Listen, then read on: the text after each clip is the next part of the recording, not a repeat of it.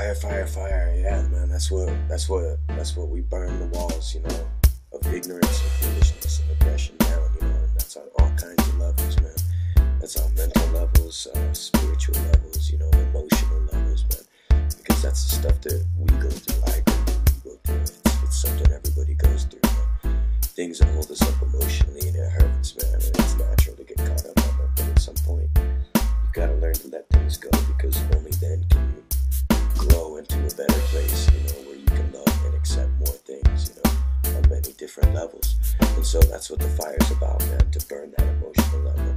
And also those political things that separate us, you know, housing schemes and, you know, all these financial separations that we've built up alongside of like color separations and religious. It's just endless. And so the fire comes, you know, with hopes of unity and love, you know, nutrition for the soul, man, nourishment for the children. And that's what we lift up with that vibration singing, you know. So you pull the ancient beats, man, that nowadays are, you know, digital and funky and still rootsy with acoustic instruments and drums, you know. And we come, the players of instruments and the singers, and we chant with conscious, righteous lyrics, you know, for people to get up out of where they're at, you know, the slums of the cities, the slums of their minds, you know, and stop being a slave to so many things on so many different levels.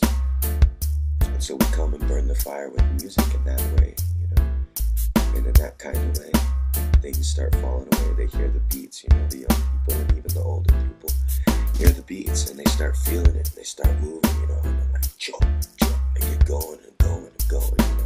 And so it's a meditation, you know, starting there with the physical, you know, you're hearing things and you're moving.